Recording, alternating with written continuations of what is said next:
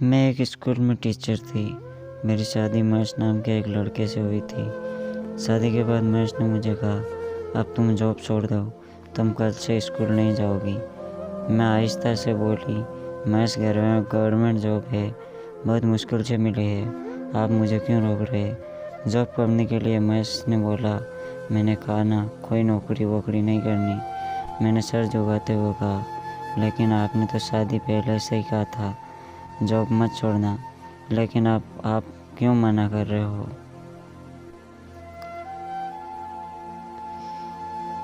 मैं चिल्लाकर बोला, औरत सिर्फ घर के काम के लिए है, कोई नौकरी करने के लिए नहीं। जाओ, अब मेरे लिए चाय बना कर लाओ। मैं स्कूल जाने के लिए तैयार थी, बैग साइड में रखा, पास बैठ गई। मैं आपको क्या हो गया है, समझने की कोशिश करो। फ़िलहाल आपके पास भी कोई जॉब नहीं है। अगर मैंने भी जॉब छोड़ दी तो सोचो कहाँ से आएंगे और क्या खाएंगे। फिर महेश चिल्लाया, मुझे लेक्चर मत दो, तुम बकवास करती रहोगी या चाय भी बना कर लाओगी। और मैं खामोश हो गई। क्या कह सकती थी। महेश को चाय बना कर दी। घर के काम काज तो मैंने सुबह सवेरे ही कर लिए थे। महेश बाइक लेकर बाहर चला गया।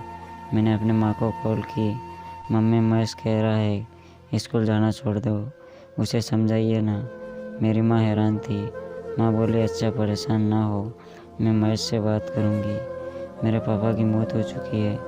दूसरे दिन मेरी माँ घर आई, महेश को समझाने लगी, बेटा क्या हो गया है तुमको, करने देना नौकरी, बेचारी पढ़ी लिखी है,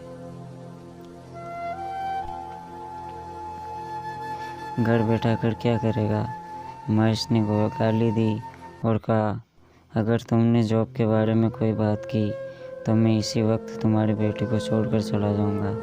समझ आई मेरी बात। मेरी माँ ने चुप होकर मेरी तरफ देखा। मैं सर झुकाए खड़ी थी। माँ ने समझाया, बेटी मजबूर है, चुप हो जाओ, नौकरी छोड़ दो। मैं उसको नहीं पता क्या हो गया। आप पहले अपने माँ बाप से झगड़ा किया, फिर उनसे अलग हो गया और अब तुम्हारे साथ ये सब कर रहा है। बेटी, सब्र के ऊपर वाला सब ठीक कर देगा। मेरे पास कोई दूसरा रास्ता भी नहीं था। माँ ने मुझे समझाया, औलाद हो जाएगी तो कुछ हो जाएगा, तुम घर ही रहो। मैंने स्कूल वालों को अपना रिज़ाइन पेपर भेज दिया। प्रिंसिपल ने कॉल की, ये क्या है, आप हमारे स्कूल की सबसे अच्छी इंग्लिश टीचर है, आपकी तनख्वाह भी अच्छी है, ये बेवकूफ़ी ना करो। मैं कांपती आवाज़ में बोली, मेरा पति नहीं चाहता है कि मैं अब जॉब करूं। प्रिंसिपल मैडम ने मुझे बहुत समझाया, लेकिन मैं क्या करती, मैं मजबूर थी। घर बसाना आसान तो नहीं होता। मैडम ने कहा, मैं 1 साल की तुम्हारी जॉब छोड़ने का लेटर लिख रही हूँ, शायद कि कल को तुम्हें फिर से इस जॉब की ज़रूरत पड़े। मेरी ज़िंदगी के दिन ऐसे ही गुजरने लगे। दूसरी तरफ रवि एक पढ़ा लिखा नौजवान था, बहन भाइयों से सबसे छोटा था, इसलिए बहुत लाडला भी था। LLB करने के बाद वह एक वकील बन चुका था। उसके पिता जमींदार थे, लेकिन फिर ऐसा हुआ कि जिसकी वजह से उसकी पूरी ज़िंदगी बदल गई। रवि गलत सोसाइटी की वजह से नशे का आदी हो चुका था। हाथ में वकालत की डिग्री थी, लेकिन हर वक्त शराब के नशे में वह मदहोश रहता था। बाप और भाइयों ने बहुत समझाया और मारा भी। एक बार तो इतना मारा कि बाजू तोड़ दिया। खून में लथपथ था। माँ सीख कर रो रही थी। रवि शराब में डूबा हुआ था। रवि की भाभी ने कहा, हम रवि के साथ नहीं रह सकते, वह शराबी है, कुछ भी कर सकता है। उसके पिता जमींदार थे, गांव के चौधरी कहलाते थे। एक दिन रवि घर आया तो उस दिन उसने शराब नहीं पी रखी थी। पिता ने उसे अपने पास बैठाया और उसे समझाया, देखो बेटा, तुम्हें प्यार से भी समझा लिया और मारपीट से भी, मगर तू नहीं सुधरा। तेरे पास अब एक आखिरी मौका है, या तो तू शराब छोड़ दे या हम लोगों की। रवि माँ की तरफ देखने लगा। पापा, मैं बेबस हूँ, छोड़ना चाहता हूँ लेकिन छोड़ नहीं पाता। पिता ने प्यार से समझाया, तुम्हें अस्पताल लेकर जाते हैं, वहाँ तुम्हारा इलाज होगा। रवि को एक अस्पताल में एडमिट किया गया, इस उम्मीद पर कि वह नशा छोड़ देगा, लेकिन जब उसे शराब न मिलती तो उसे अजीब से दौर पड़ने लगते थे। डॉक्टर भी पूरी कोशिश कर रहे थे। आखिर रवि अस्पताल से भाग निकला। सीधा शराब के अड्डे पर पहुंचा। हालत बहुत ख़राब थी। शराब बेचने वाला जान पहचान वाला था। शराब की बोतल ली और पीने लगा। जब नशा जिस्म में पहुंच गया तो वह गिर गया। एक शराबी बोला, हाय नशा कैसे कैसे पहाड़ को राख बना देता है। यह वकील है। और नशे की हालत में गंदगी में ढेर बरस पड़ा। रवि का कुछ नशा उतरा तो घर आ गया। भाभी को कहने लगा कि मुझे खाना दो। भाभी ने मुंह बनाकर कहा, तुम्हारे मुंह से बहुत बदबू आ रही है, दफा हो जाओ। यहाँ से रवि गालियाँ देने लगा। माँ ने सुख पर आना चाहा लेकिन रवि ने भी भाभी को थप्पड़ मार दिया। इतने में उनके पिता घर आए। देखा रवि अस्पताल से भागकर घर आ गया और वह भी नशे के हालात में, और फिर भाभी पर हाथ उठा रहा है। पिता ने रवि को बालों से पकड़ा और उसका सर दीवार में मारने लगे। सर से खून बहने लगा। उसके पिता बहुत परेशान थे। सभी भाइयों कहने लगे, पापा आप इसको घर में रख लो, हम अपने बीवी बच्चे को लेकर कहाँ जा रहे हैं। पिता आहिस्ता से बोले, इसको होश में आने दो, मैं कल फैसला करूँगा। माँ बेटों को देखकर रो रही थी। माँ तो आखिर माँ होती है। दूसरे दिन रवि को होश आया तो उसके पिता उसे कहने लगे, रवि आज के बाद तुम मेरा बेटा नहीं है और मैं तेरा पिता नहीं हूँ। तुम मेरे लिए मर चुका है। आज के बाद तुम हमारे कुछ नहीं लगते। मैं अदालत जाकर लिखकर नोट सब गार्ड में लगवा दूँगा। अगर दोबारा हमारे घर आए तो अंजाम बुरा होगा। रवि को भी भूख लगी हुई थी। माँ की तरफ देखने लगा। माँ कुछ कहने लगी तो उसके पिता ने कहा, तुम्हें भी तलाक दे दूँगा अगर तुमने अब बेटे की साइड ली। तुम्हें भी उसी के साथ भेज दूँगा। माँ खामोश हो गई। रवि मुस्कुराया, फिर आँख से एक आंसू छलका। माँ अपने हाथों से एक आखिरी बार रोटी खिला दो, फिर भगवान जाने कभी मुलाकात हो या ना हो। माँ आगे बढ़कर रवि को सीने से लगा लेना चाहती थी लेकिन खामोश रही। रवि ने भाई भाभी के सामने हाथ जोड़े पापा की तरफ देखा। जाते हुए आहिस्ता से बोला, माँ सर पर हाथ तो फेर दे। याद है जब मैं स्कूल कॉलेज या यूनिवर्सिटी जाता था, कितने दुआएं देती थी। माँ मैं खुद इस बुराई से जान छुड़वाना चाहता हूँ, मगर क्या करूँ। यह शराब है कि मुझे छोड़ती नहीं। आज भी मुझे आशीर्वाद दे दो माँ। माँ ने मुंह मोड़ लिया। रवि बोझल कदम लिए अपने घर से अजनबी हो गया था। आखिरी बार घर की तरफ मुड़कर देखा। भाई रवि के घर निकलते ही दरवाज़ा बंद कर दिया। कोई मंजिल थी ना कोई रास्ता। अब जिंदगी में सिर्फ अंधेरा ही अंधेरा था। रवि के जाते ही माँ बेहोश होकर गिर गई। अस्पताल ले गए लेकिन माँ को फालिस का अटैक हो गया था। माँ रवि के गम में कुछ ही दिन जी सकी थी। माँ बेटे की जुदाई बर्दाश्त नहीं कर पाई और दुनिया से चल बसी। माँ आखिरी बार रवि को देखना चाहती थी लेकिन अब वह बहुत दूर जा चुका था। वह शहर छोड़कर चला गया था। नशे में जिस्म को तोड़ दिया तो एक शराब के कोटे में गया। वहाँ के मालिक से कहा, मुझे आप काम पर रख लो, मैं यहाँ की सफाई कर दिया करूँगा, बदले में मुझे आप शराब पिला दिया करना।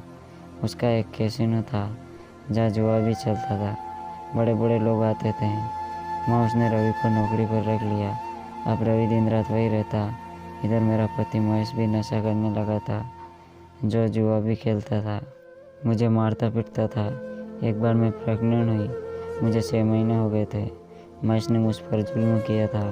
गर्भावस्था में खो गई थी। मैं बहुत रोई थी लेकिन क्या कर सकती थी। माँ को बताया, माँ मैं तलाक लेना चाहती हूँ महेश से। माँ ने फिर से सब्र करने को कहा, बेटी तलाक लेकर भी कहाँ जाओगी, लोग कहाँ जीने देते हैं, बस गुजारा कर लो। मैं खुद बीमार रहती हूँ, क्या पता कब मैं ये दुनिया छोड़कर चली जाऊँ। एक बार महेश शराब के नशे में दूध था, मैं सो रही थी। महेश ने मेरा गला दबाकर मुझे मारना चाहा। यह तो नसीब अच्छे थे, मैं बच गई।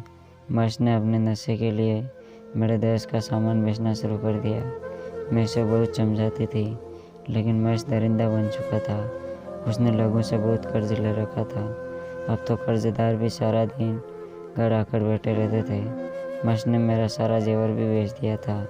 शादी को 1.5 साल गुजर गए थे, कोई औलाद नहीं थी। जब कर्जदार महेश को तंग करने लगे तो महेश के एक दोस्त ने बताया, एक जगह जुआ खाना है, वहाँ तुम अपनी किस्मत आजमाओ। अगर जीत गए तो हर मुश्किल आसान हो जाएगी। मैं कमरे में लेटी हुई थी। महेश ने अपनी बाइक बेच दी और जुआ खेलने के लिए वहीं पहुंच गया जहां उनके दोस्त ने उन्हें बताया था। हाथ में 50,000 थे। इत्तेफाक यह था कि उसी जुआ खाने में रवि भी नौकरी कर रहा था। महेश के सामने उस जुए के अड्डे का मालिक यानी आकाश बैठा था। महेश ने 50,000 सामने रखे और बोला, लगाओ बाजी। अड्डे का मालिक आकाश मुस्कुराया। काका 50,000 बस। फिर महेश ने एक गिलास शराब पी। फिर जुआ शुरू हो गया। महेश पहली बाजी जीत गया। महेश बहुत खुश था। किस्मत अच्छी थी। दूसरी भी जीत गया। 50,000 लेकर आया था। 2 लाख बन गए थे। रवि भी पास बैठा था। यह सब देख रहा था। वहाँ सब बड़े बड़े लोग मौजूद थे। फिर 2 से 4 लाख कर लिए। सब लोग बहुत हैरान थे। अच्छी किस्मत है। महेश की दोस्त से महेश से बोला, बस कर दे, आजा अब चलते हैं। लेकिन महेश और खेलना चाहता था। 10 लाख जीत चुका था। जब 20 लाख के लिए बाजी लगाई तो बाजी हार गया। जितने पैसे जीते थे वह सब हार चुका था। महेश पागल हो गया, चिल्लाने लगा। एक दलाल मुस्कुरा कर बोला, जा काका, यह शराब की बोतल मेरी तरफ से मुफ्त ले जा। महेश बोला, मुझे खेलना है। सब बोलो, अब क्या है तेरे पास? जेब से मोबाइल निकाला, अपनी पत्नी की तस्वीर दिखाई। यह मेरी पत्नी है, इस पर बाजी लगाओ। मैं जीता तो 20 लाख मेरे हो जाएंगे। मैं हार गया तो मेरी पत्नी तुम्हारी। सब हैरान थे, पागल है क्या? और फिर बाजी लगाई तो महेश हार गया। आकाश बोला, अपनी पत्नी से तलाक लेकर मेरा आदमियों के साथ भेज देना। महेश नशे में पागल हो गया था। महेश कोटे के मालिक आकाश से बोला, मुझे एक बोतल और दो, थोड़ा सा पाउडर दे दो। आकाश ने खुशी में महेश को मुफ्त दे दिया। रवि बहुत हैरान था। पहली बार यह देख रहा था कि कोई अपनी पत्नी पर दाव लगाया गया। मैं गहरी नींद से हो रही थी। महेश ने मुझे आवाज़ दी तो मैं जल्दी से उठी। क्या हुआ? महेश ने जब मुझे तलाक के पेपर दिए तो मैं उन्हें देखकर बहुत रोई। मुझे तो ऐसा लगा जैसे मेरे जिस्म में आत्मा ही ना हो। मुझे ज़बरदस्ती साइन करा के महेश ने कहा, ले जाओ इसे। मैं चिल्लाने लगी। मुझे कुछ समझ नहीं आ रहा था। आकाश के आदमी ने मुझे पकड़ा और साथ ले गए। मैं फिर ज़ोर ज़ोर से सीखने चिल्लाने लगी। मैं महेश को आवाज़ें देने लगी तो उन्होंने मुझे बंदूक दिखाई और चुप रहने को कहा। महेश शराब के नशे में धुत था। शराब बहुत ज़्यादा पी रखी थी। वह लोग मुझे जुए के अड्डे पर ले गए। मैं रो रही थी। मैं नहीं जानती थी कि मेरे साथ क्या खेल खेल जा सका है। दूसरी तरफ महेश ने उस दिन जो शराब पी थी वह जहरीली निकली और कुछ ही घंटों में उसकी मौत हो गई थी। अब कोई नहीं जानता था मुझे कौन लोग उठा कर ले गए। सुबह जब महेश के माँ बाप को खबर मिली तो उन्होंने मुझ पर इल्ज़ाम लगा दिया कि महेश का कत्ल करके वहाँ से भाग गई। आकाश ने मुझे एक कमरे में बंद कर दिया। मैं बहुत रो रही थी। रवि सब कुछ देख रहा था। जब सब बाहर चले गए तो रवि ने मेरे पास आया और कहने लगा, तुम महेश की पत्नी हो? मैं आहिस्ता से बोली, हाँ। मुझे यहाँ क्यों लेकर आए हो? रवि आहिस्ता से बोला, तुमने तुम्हारा पति जुए में हार चुका था। अब मैं नहीं जानता ये लोग क्या करेंगे तुम्हारे साथ। मैं फुट फुट कर रोने लगी। मुझे बचा लो भगवान, मेरी मदद कर। रवि कुछ देर बाद हाथ में खाना लिए वो आया और मेरे सामने खाना रख दिया। फिर कहने लगा, लो खा लो। मैं खामोश रही। रवि ने डरते हुए मेरा हाथ पकड़ा। मैंने हाथ छुड़वा लिया। रवि बोला, तुम पढ़ी लिखी लगती हो, फिर ऐसे दरिंदे से शादी क्यों की? मैंने उसे सब कुछ बता दिया। यूँ समझ लो हमारी लव मैरिज हुई है। शादी से पहले तो ये कहता था, मैं तुमसे बहुत प्यार करता हूँ, तुमने बहुत खुश रखूँगा। मैंने अपनी माँ को बताया तो मेरी माँ इस रिश्ते के लिए मान गई। मेरे पापा इस दुनिया से पहले जा चुके थे, लेकिन फिर बाद में पता चला वह शराबी हैं। रवि मुस्कुरा कर बोला, कितना पागल है महेश। ऊपर वाले ने इतनी खूबसूरत, प्यारी, समझदार, पढ़ी लिखी हमसे पर दी थी, लेकिन वह तुम्हारी कदर न कर सका। रवि बोला, अगर इन लोगों ने तुम्हारे साथ कुछ बुरा किया तो मैं रोने लगी। मुझे बचा लो यहाँ से, तुमने ऊपर वाले को वास्ता दे देती हूँ। रवि खामोश हो गया। आकाश रवि से कहने लगा, लड़की का ध्यान रखना, शाम को यह यहाँ से चली जाएगी। रवि अकेला बैठा शराब पी रहा था। फिर मेरे पास आया, बोला, मुझे जानती हो कौन हूँ मैं डर रही थी। वह बोला, मैं एक वकील हूँ। नशे ने मुझे बर्बाद कर दिया है, मुझे मेरी माँ से जुदा कर दिया। मेरे पापा ने मुझे यह कर घर से निकाल दिया था कि तुम हमारे लिए मर गए हो। आज 4 साल हो गए, मैंने अपने माँ को नहीं देखा। थक गया हूँ, मर जाना चाहता हूँ। मैंने खुद ही खुद को बर्बाद कर डाला। मैं शराब छोड़ना चाहता हूँ, वापस घर जाना चाहता हूँ, मगर इस जहर से लड़ने की हिम्मत मुझ में नहीं है। सोच रहा हूँ आज जब आपको ये लोग ले जाएंगे फिर मैं भी खुदकुशी कर लूँगा। बस अब नहीं जीना चाहता मैं। तड़प गई, कितना खूबसूरत नौजवान था, पढ़ा लिखा कैसे खुद को बर्बाद कर सकता है। मैं उठकर रवि के पास आई। वह बैठा रो रहा था। उसके आंसू थे कि रुक ही नहीं रो रहे थे। मैंने उसके हाथ में शराब का गिलास पकड़ा कर प्यार से बोली, हम दोनों एक ही मंजिल के मुसाफिर हैं, चलो दोनों खुदकुशी कर लेते हैं। मैं तैयार नहीं बनना चाहती हूँ। मैं रवि की तरफ देखकर बोली, मैं बहुत अच्छी ज़िंदगी जीना चाहती थी, लेकिन मुझे नर्क में फेंक दिया। यह सब बातें आकाश सुन रहा था। उसके दिल में न जाने कैसे रहम आ गया। जब रवि का नशा उतरा तो आकाश ने उसे अपने पास बुलाया। आकाश आहिस्ता से बोला, तुम दोनों ज़िंदगी से हारे हुए हो। अगर ज़िंदगी दोबारा मौका दे तो क्या तुम जीना चाहोगे? रवि खामोश था। आकाश बोला, मेरी भी 2 बेटियां हैं। लोग समझते हैं मैं दलाल हूँ, लेकिन यह सच नहीं है। मेरे सीने में भी दिल है। देखो रवि, अब वक्त आ गया है कुछ करने का। अब खुद को संभालने का जाओ। अपने साथ इस लड़के को भी ज़िंदगी के हसीन पल दे दो। ऊपर वाले से मदद मांगो, तुम नशे से जान छुड़वा लो। यही बातें हो रही थी कि पुलिस का छापा पड़ गया। पुलिस मुझे, रवि और आकाश को भी गिरफ्तार करके ले गई। खैर, आकाश के भी काफ़ी बड़े बड़े लोगों के साथ संबंध थे। वह तो कुछ घंटों में वापस आ गया और कुछ ही दिनों में यह भी साबित कर दिया कि महेश को मैंने कत्ल नहीं किया, बल्कि वह खुद ज़्यादा शराब पीने की वजह से मरा था। मुझे और रवि को भी रिहा कर लिया। मेरी माँ भी चल बची थी। अब मैं अकेली रह गई। मुझे खरीदने भी बहुत से लोग आए, मगर आकाश सबको वहाँ से भगा देता था। फिर एक दिन आकाश रवि से कहने लगा, बेहतर रही है कि तुम इससे शादी कर लो। तुम वकील हो और वह लड़की भी पढ़ी लिखी है, स्वर्ग जैसी ज़िंदगी गुजारोगे। रवि की आंखों में आंसू थे। मेरी तरफ देख रहा था जो ज़िंदगी हार चुकी थी। रवि भी धक्के खाकर समझ चुका था। माँ बाप और बहन भाई के बगैर ज़िंदगी बहुत अधूरी है। अब उसने खुद से वादा किया कि अब वह कभी भी शराब को हाथ नहीं लगाया। कुछ दिनों के बाद हम दोनों ने शादी कर ली। रवि मुझे लेकर अपने गांव चला गया।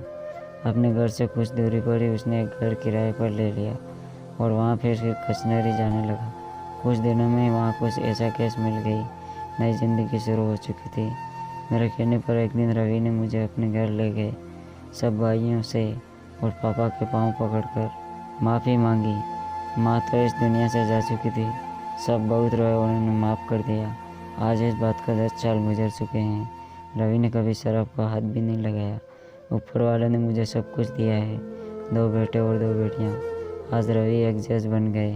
मैं सिर्फ इतना कहना चाहूँगी, अगर कोई शख्स नशा करने वाला या शराबी है तो भगवान के लिए खुद को संभाल लो। अपनी ज़िंदगी बर्बाद ना करो। यकीन करो, मुश्किल ज़रूर है पर नामुमकिन नहीं। तो दोस्तों, ये थी हमारी आज की कहानी। उम्मीद करते हैं आपको ये भी पसंद आई होगी। आपका क्या कहना है इस कहानी के बारे में? कमेंट करके हमें ज़रूर बताएं। वीडियो को लाइक करके चैनल को सब्सक्राइब कर लीजिए। साथ में घंटी को भी ऑल पर सेट कर लीजिए ताकि आगे आने वाली वीडियो की नोटिफिकेशन आपको तुरंत मिले। मुझे दीजिए अगली वीडियो तक के लिए इजाज़त। तब तक के लिए धन्यवाद दोस्तों। Bye bye.